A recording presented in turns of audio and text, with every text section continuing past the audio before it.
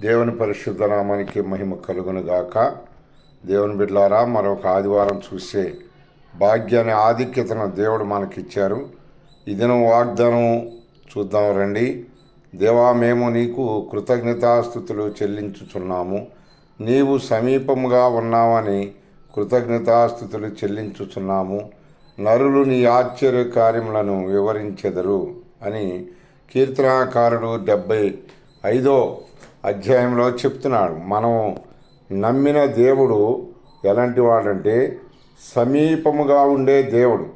సకల దేశాల్ని స్థాపించిన గనుడు.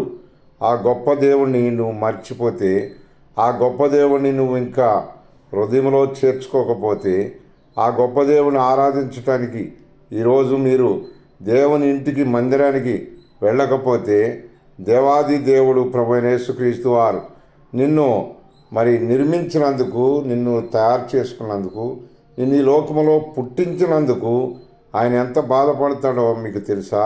దేవుని బిడ్డలారా, ఈరోజు ప్రత్యేకమైన ఆదివారం. ఈరోజు హాలిడే, జాలీగా జరగాలని అనుకుంటున్నారా? దేవునికి మహిమ తేకుండా, దేవుని మాట వినకుండా, దేవుని ఇంటికి వెళ్ళకుండా, దేవునితో మీకు సంబంధం లేకోకుండా ఉంటున్నారా? ఇప్పుడే దేవుని పరిశుద్ధ నామానికి మహిమ తీసుకురండి. సృష్టికర్త అయిన దేవుడు ఉన్నాడన్న సంగతి మర్చిపోవద్దు. దేవుని మందిరానికి వెళ్ళండి. దేవుని ఇంటికి వెళ్ళి దేవునితో కొంతసేపు గడపండి. యేసుక్రీస్తు ప్రభువారు అందరికీ దేవుడు. ఆయన నీ స్థితిగతిని మార్చగలడు. దేవుడు నిన్ను అట్టి రీతిగా జ్ఞాపకం చేసుకున్నాను గాక. ఆమెన్.